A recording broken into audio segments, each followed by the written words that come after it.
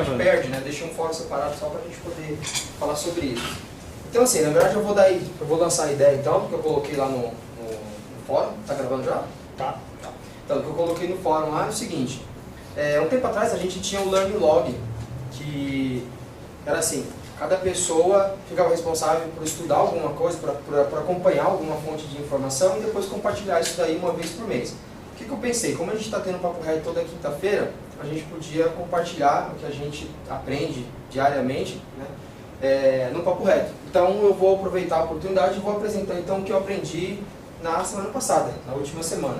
Algumas coisas que eu achei interessante. Eu gosto de acompanhar a InfoQ, tanto a internacional como a nacional.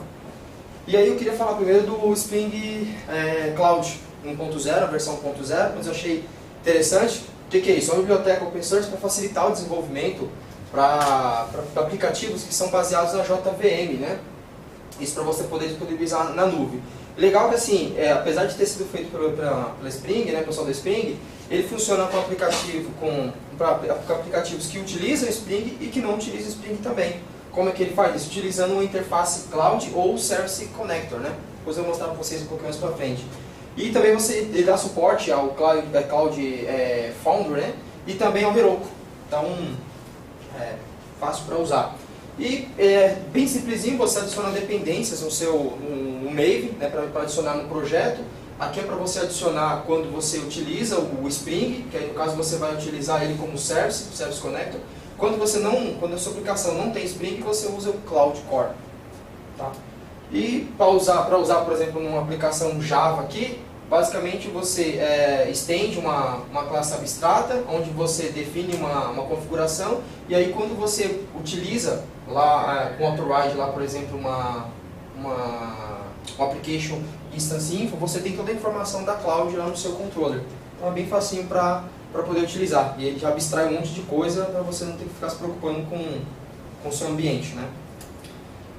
Outra coisa, algumas novidades do Groove. Uma delas é que o Groove agora dá para rodar no Android. Eu gosto bastante de Groove, né? Então tem uma entrevista do Cedric, e onde ele fala um pouquinho sobre as dificuldades de uma linguagem dinâmica no ambiente Android, né? Porque no ambiente Android a gente não usa JVM, usa esse Dalvik, né? E aí ele falou de uma dificuldade porque o Dalvik não é feito para linguagem dinâmica, sim linguagem estática. E aí quando você tem uma linguagem dinâmica rodando lá, eles tiveram algumas dificuldades. As limitações de memória, quantidade de métodos, né? Falou que por enquanto não tem no iOS, nem no Windows Phone, tá? E isso vai estar disponível na versão do Groove 2.4. Algumas novidades também do Groove 2.3, que é a próxima versão que está saindo aí do Groove. Suporte ao Java 8, tá? Suporte ao, não sei pronunciar bem as palavras, mas acho que é Traits, né? Traits, para quem não sabe o que é Traits, assim, no Groove é aquela ideia de você ter uma interface com um método, complementação de um método. E aí você pode, você não precisa ter construtor, tá? Você pode estender, né, um Traits, e lá você vai ter uma ideia de uma interface, só que com uma definição de um método padrão lá. Também o tail recursive, né? Que é uma ideia, porque aquela ideia para você utilizar em métodos recursivos para não dar erro de stack. O arroba constructor, que é para implementar facilmente construtores, né, fluentes, que são gerados pelo próprio compilador do Groove. E o sortable também, que é para você transformar classes utilizando o compare, e você coloca só quais são as propriedades da classe. E também a geração de JSON dele ficou bem melhor, ficou bem mais rápido. Bem, outra coisa que eu achei interessante também, que o próprio Dog falou para mim ontem, né? Acho que foi ontem, não foi semana passada, mas foi ontem o Dog falou, que é uma palestra sobre TDD, né? Onde o Ian Cooper, ele fala o seguinte, onde aconteceu os erros, né? Onde nós erramos no TDD. Hoje tem uma discussão muito grande, para quem é desenvolvimento sabe, de aquela coisa, usa TDD, não usa, TDD morreu, não morreu, ajuda, não ajuda, tal. TDD é teste, né, desenvolver orientado a testes. E daí ele fala por que está tendo essa discussão toda, né? E aí nessa apresentação, basicamente ele fala que fugiu-se um pouquinho da ideia original, né? Então, com a disseminação, as pessoas acabaram que meio colocando um monte de coisas que não era a ideia do TDD.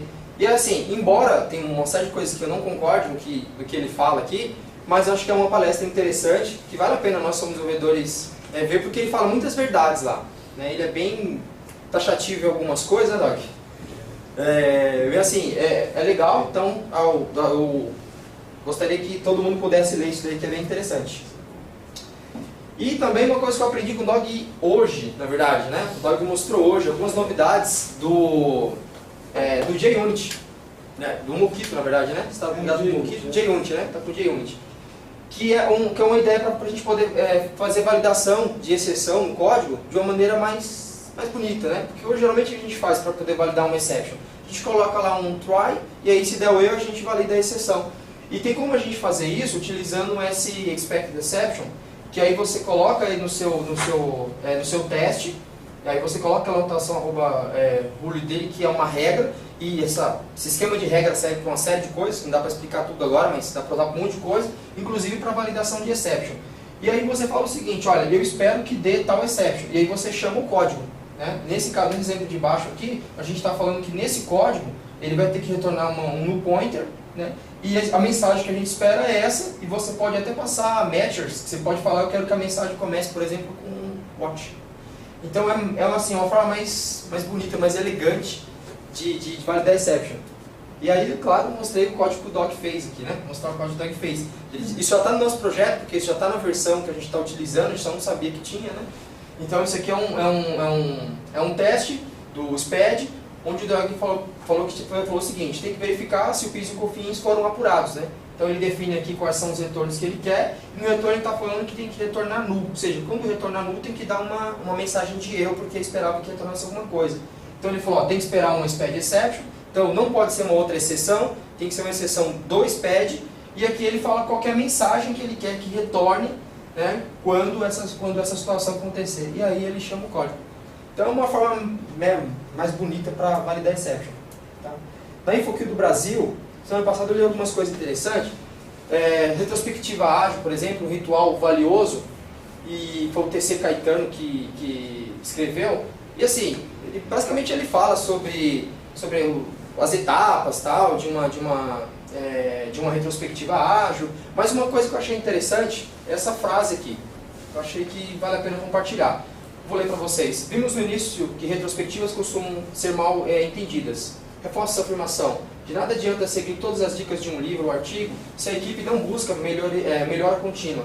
Qualquer estrutura ou atividade é apenas uma orientação. No final das contas, como qualquer prática ágil, retrospectivas devem ser modeladas e executadas de acordo com a necessidade de cada equipe em um determinado momento. É uma prática que deve partir do time, né? Então isso eu achei interessante porque assim, não adianta a gente ficar fazendo aqui retrospectiva, foi bom, foi ruim, não sei o quê, se a gente não tem como objetivo melhorar. Então não adianta, pode pegar qualquer técnica que for, a melhor que for, que não vai funcionar, não vai resolver. Porém, se a gente estiver empenhado, todo mundo vem empenhado, não, a gente vai melhorar, vamos ver o que foi ruim e tal, pra gente, todo mundo engajado em melhorar, até aquele que foi bom, que foi ruim, simplesinho, resolve. Né? Então, acho que é bom a gente ter isso em mente. A Agile e a Mote, departamento de QA, que pra gente seria testadores, né, analistas de testes, né, de qualidade, então analista de teste. Achei legal porque é o seguinte, esse artigo, ele fala de alguns problemas que tem hoje com atraso de projeto, e hoje as empresas, para conseguir meio que contornar esses atrasos de projetos, estão cortando a equipe de QA, certo? E aí muitas delas estão utilizando até o próprio pessoal do QA como, estão substituindo, né, o testador com testes automatizados, né, fazendo teste de unidade, teste de aceitação, tal, uma série de testes, uma bateria de testes para que você não tenha que fazer muito teste manual, não tenha que ficar lá testando tudo na mão se você tem uma bateria de testes legal.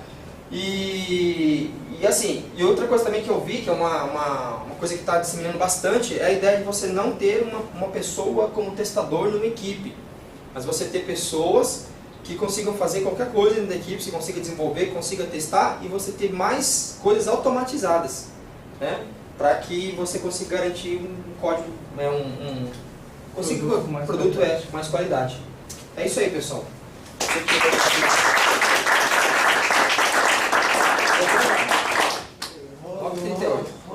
Acabou? 30 segundos de pergunta, alguém? Acabou.